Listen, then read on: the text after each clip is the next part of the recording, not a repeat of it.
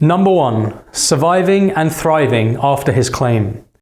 Multiple scriptures, including the Quran and the Bible, give the divine promise that any person who falsely claims revelation from God to mislead people will die a violent death. In other words, be killed. The Quran says, in reference to the Prophet Muhammad, peace and blessings be upon him, "And if he had forged and attributed any sayings to us, we would surely have seized him by the right hand, and then surely we would have severed his life artery. And not one of you could have held our punishment off from him."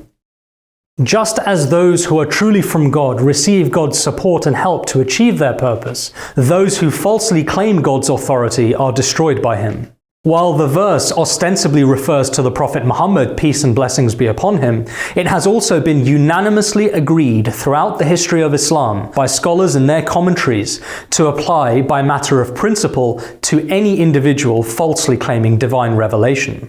Their reasoning is that if God is willing to destroy his most beloved servant, the Prophet Muhammad, peace and blessings be upon him, for lying in God's name, then why would he spare anyone else for the same?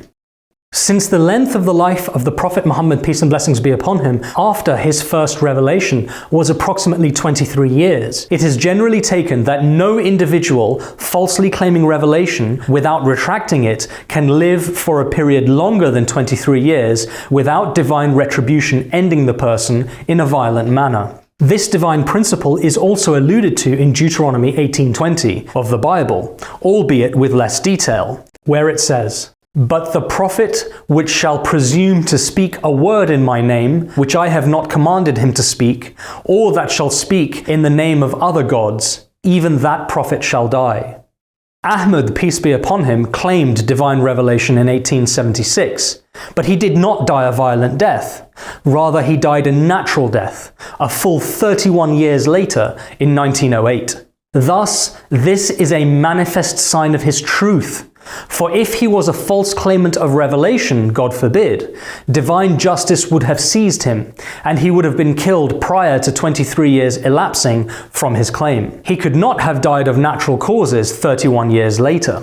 Those who refuse to acknowledge this sign of the truth of Ahmad, peace be upon him, and still stubbornly call him false, appear to consider Allah the Exalted indolent and incapable of keeping his own promises, God forbid.